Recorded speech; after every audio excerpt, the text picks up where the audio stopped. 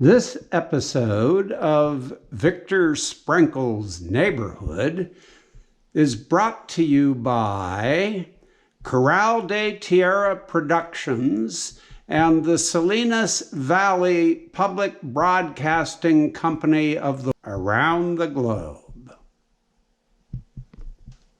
It's a beautiful day in this neighborhood, a beautiful day for a neighbor. Would you be mine? Could you be mine?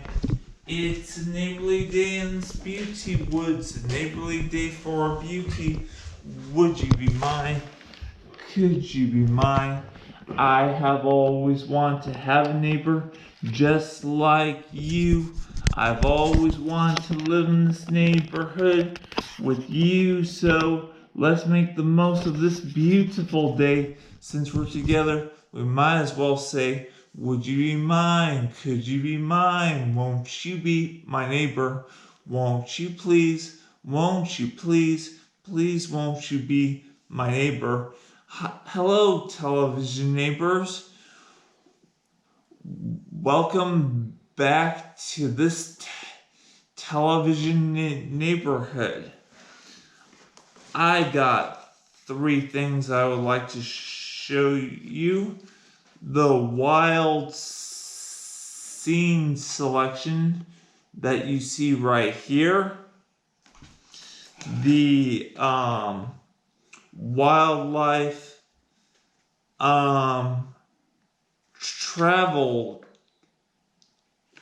kit that you see right here, and the yummy eating through the day book that you see right here. And I'm going to read you one quick page of this book, television neighbors,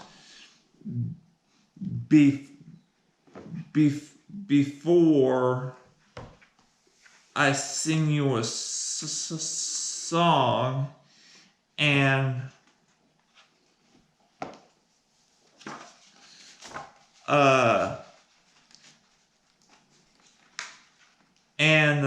Mr. McFeely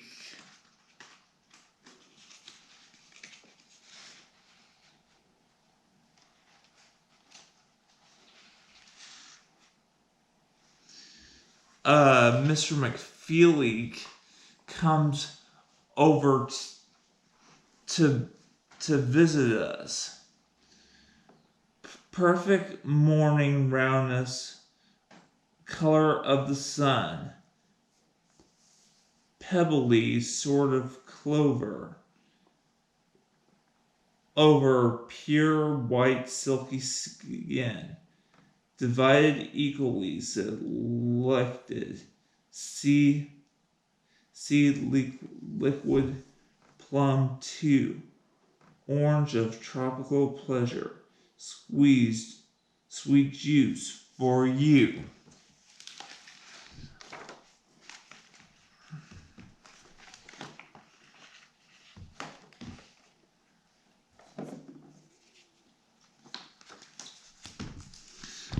All right, now before Mr. McFeely comes, I have a song for you. Some are fancy on the outside, some are fancy on the inside. Everybody's fancy, everybody's fine. Your body's fancy, and so is mine. I think you're a special person, and I like your ins and outsides. Everybody's fancy, everybody's fine. Your body's fancy, and so is mine. Only boys can grow up to be. Only girls can grow up to be the mummies. Only boys can grow up to be the daddies. Everybody's fancy, everybody's fine. Your body's fancy, and so is mine. Now, wait, There's someone at the door already. Why, it's Mr. McFeely.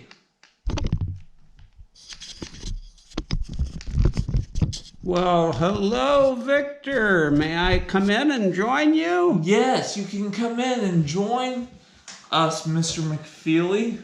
Okay, I will.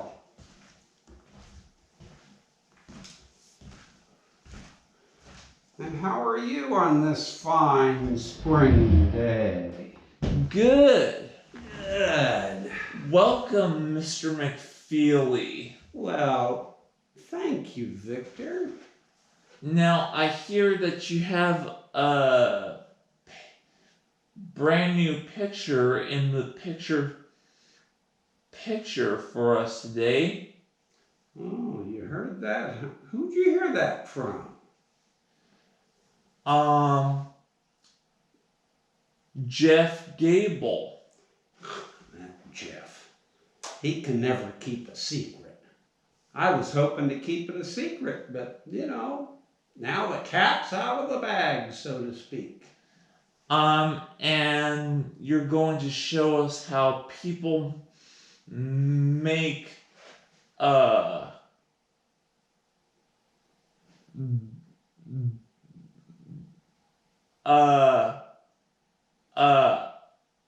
Irish boots in the factory. Irish what? Boots. Booze? No, Irish boots. Boots. Boots? Like these boots are made for walking? Well, these shoes. Yeah, boots. I Yeah. get you. Yes. Yeah, you put them on your feet. Yes. Oh, yeah. Well, Irish boots are very special because, Ireland's the land of the leprechauns. And the leprechauns have those fancy little shoes that have the curly Q on the toe with a bell on it. So an Irish boot, although it's made of leather, has a little bell sewn into the toe so that it's an Irish boot. Well, put the film in the picture, and Okay. let's see how they make Irish boots in the factory. Okay, here's the film, and it's going right into the picture. Okay, lights, camera, action. Oh, there's the little Irish worker at the workbench. He's cobbling together. Get it? Cobbling. The boot and the sole of the boot and the heel of the boot and the bell of the boot. Wow, wasn't that fascinating? And what's this young man doing here? Well, that man there is putting the polish on the leather of the finished product. Gotta make them sparkle. Well, thank you for all your help, Mr. McFeely. Oh, you're very welcome, Victor. Good to see you again. Thank you for inviting me over. Yeah, and I'll see Elliot Bohem in just a few minutes. Oh, okay. Tell Elliot I said hello. All right, I will. We have just enough time for some make-believe before we visit Elliot Bohem at our neighborhood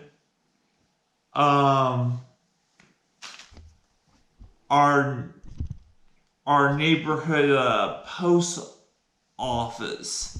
So, trolley, hi trolley. All right. Last time in the neighborhood of make believe, we were pretending that Charles R. Aber, played by my dad, Steve Sprinkle, was delivering all sorts of mail to King Friday and XDL, and he was concerned what type of mail he wanted to give XDL and Daniel Tiger and to King Friday on this fine day in the neighborhood of make believe. Well, let's make believe that Charles R. Aber has a plan to make some fancy cards for both Daniel X and King Friday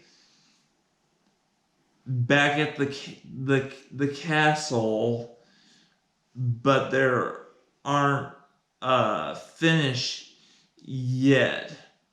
So let's make believe some more about those things right now as the trolley goes in front of the castle in the neighborhood of make believe. Are you ready to go, trolley? Okay.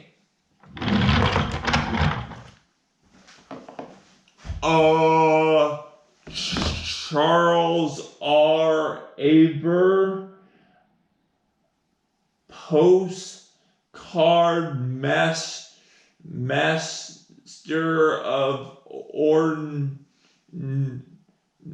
of extraordinary wisdom, guide leader, I presume. Wow, that's quite a handle you've given me, Your Highness. I hope I can live up to it. But yes, I do make postcards, and I try to have a little wise saying on each postcard so that people can select them for the recipient of their choice and get a postcard that says something special that's related to that person. I thank you for your service, Mr. Aber. Well, thank you so kindly, Your Highness. Now tell me, Charles R. Aber, Yes? do you think you'll have these postcards done before our neighborhood postcard auction in five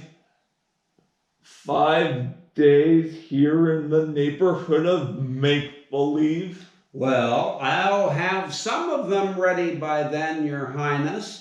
You know, it's an ongoing project where I'm constantly making postcards, but I know that I have some special postcards to give out, and I'll be ready in 5 days with those postcards. You can bet on it.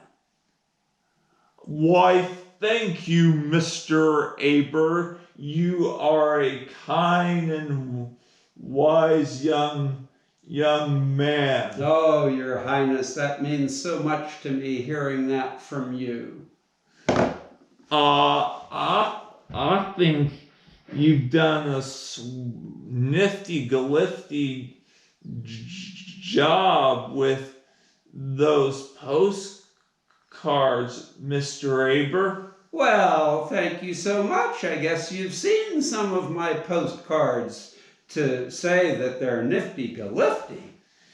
And I think we should all thank you for helping Mayor Maggie with giving out those free postcards, shall we? Oh, yes, I'd love to help Mayor Maggie. You know, she's one of my favorite mayors of all time. Well, Trolley, we'll have to pretend about those postcards some other time. Goodbye, Trolley. Well, I wonder how those postcards are going to help with the deciding judgment winner. Well, we'll pretend some more about that the next time we're together.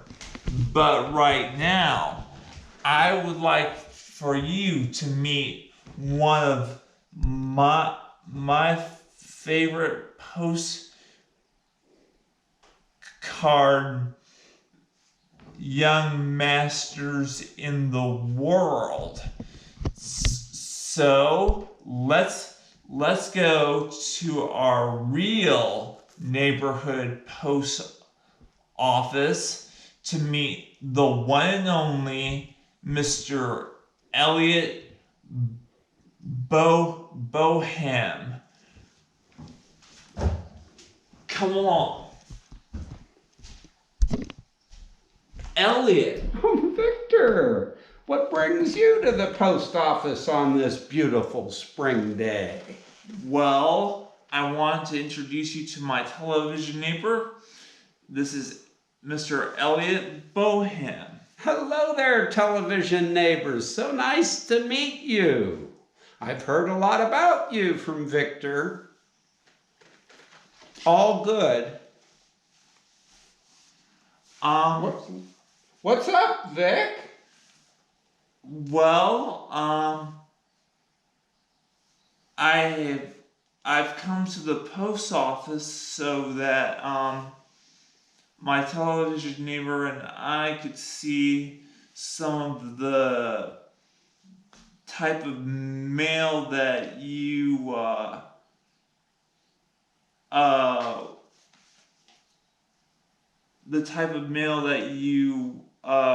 work here at the post office. Oh, well, we have all sorts of mail here at the post office. You'd like to see some? Yes, I would. Okay. Well, here's a fine example. Huh? A postcard. What do you think of that? Very nice postcard. I can't tell you who it's to because, you know, we respect privacy here. And what about this one? Huh? Look at that. This is a birthday card. That's going to somebody that's having a special birthday. Hello, look at this. It's a Thanksgiving card. It got lost in the forest and only was just now found. So it will be delivered, but a little bit late. Huh? And look at this. Someone, son, we will always love you. Huh? Look at that. How about that? That's another happy birthday card is what it is. Oh, I think it's Valentine. That one? Yeah. Well, let's see. Oh, Victor is right. It's a Valentine's card. And last but not least, here we have a beautiful, beautiful leaf on a card that maybe is just a special card. Huh? What do you think? So we have lots of cards here at the post office. Some are postcards, others are greeting cards. Now, Elliot, Yes, Victor. when did you, who taught you how to run a post office of your very own? Oh, well, I learned that on-the-job training. I've been working for the post office for the last 53 years. I started out in the mail room, just opening mail, bundles that came in, not the letters themselves, and seeing where they were going and put them in a pile for delivery. And that's how I started. And then I worked my way up. And now I run the post office. And I hear when you were a little boy at the age of 4.5 years old, you first got started in writing your first letter from the General Post Office to a special friend of yours. Wow, how did you find out about that? I mean, that's ancient history. That's, more than 70 years ago. But it's true, and I do remember it. It was my first letter, and it was a love letter. I wrote it to my girlfriend, who didn't even know she was my girlfriend. We were still in first grade, but I'll never forget Monica Bailing. Oh, my heart just went pitter-patter the first time I saw her. And I was too shy to say anything to her, so I wrote her a letter. Now, Elliot. Yes, Victor.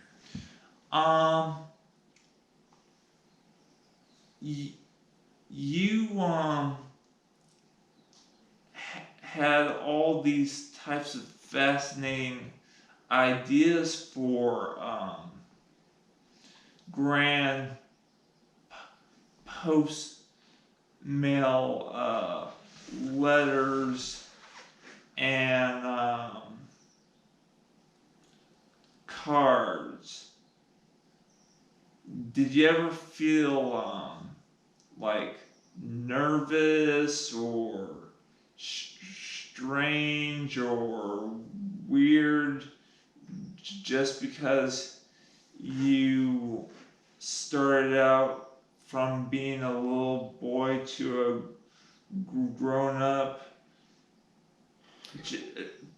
especially if you wanted to start this business on your own?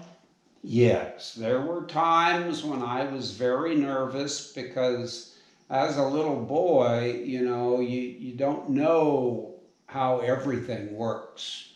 You learn that as you get older by studying and doing things and seeing how things work. So I knew that I wanted to run the post office when I was just a little boy, but I had no idea how to do it.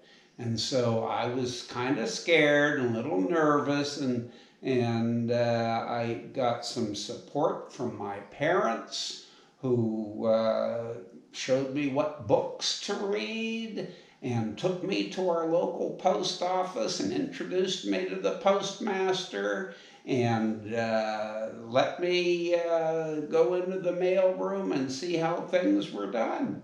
And that's how things got started, and I got over my fear and my anxiety and just started to learn. And once you learn about the subject matter that you're interested in, all that fear and anxiety goes away because you know what to expect.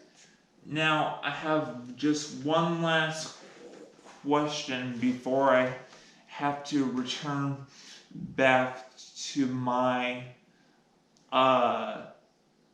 television home. Okay, I'm listening. I suppose when most children who want to visit your post office, they must get some clear thoughts about yourself and the cool post stamps that they get when you share with them wherever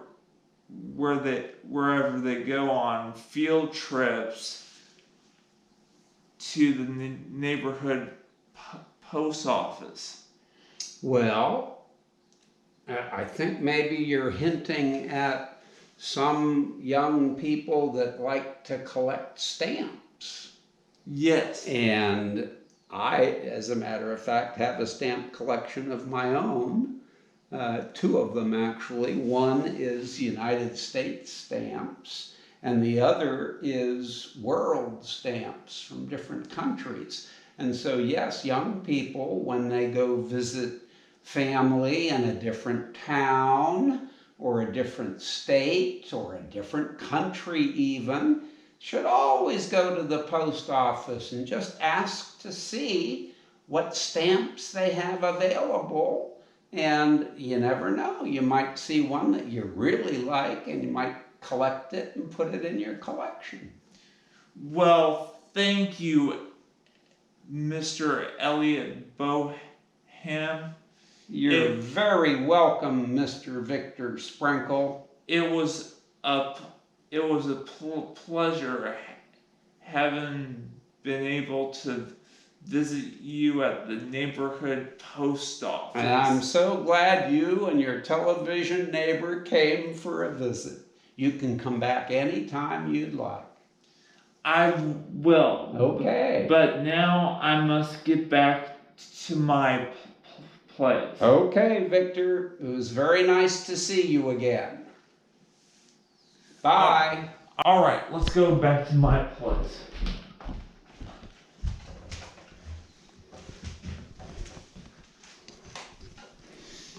Isn't Elliot Boham one of the most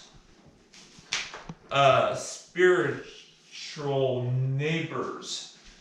I'm glad I was able to show you a friend that is so special.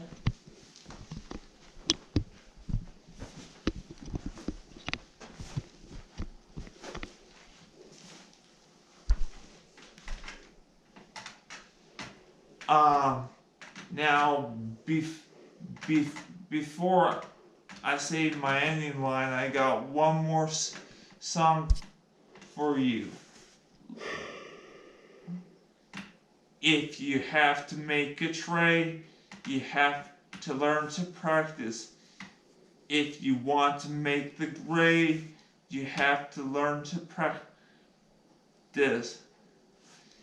If you want to make the trade, you'll never learn to practice.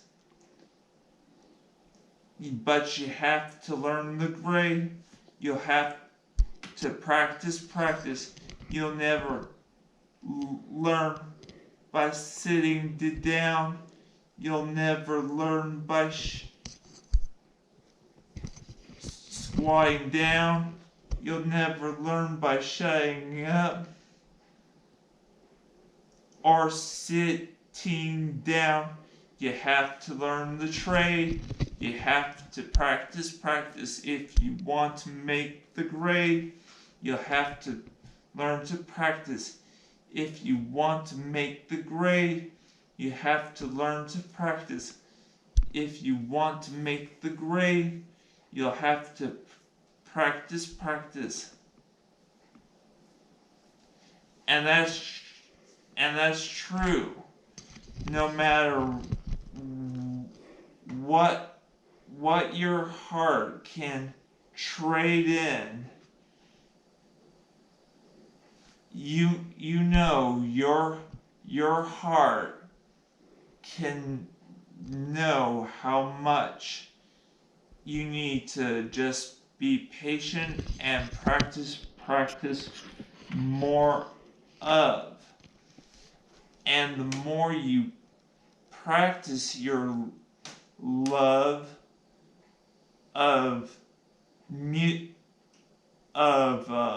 selling postcards, and the more special you get by learning how to practice over again, it can still give you a remarkable feeling to be able to practice the love, the spirit, and the charisma all around you, and the intention that builds up within your love and calmness in your open feelings. It's such a good feeling to know you're alive. It's such a happy feeling. You're growing inside, and when you wake up ready to say, I think I'll make a snappy new day. It's such a good feeling. A very good feeling. The feeling you know that I'll be back when the week is new,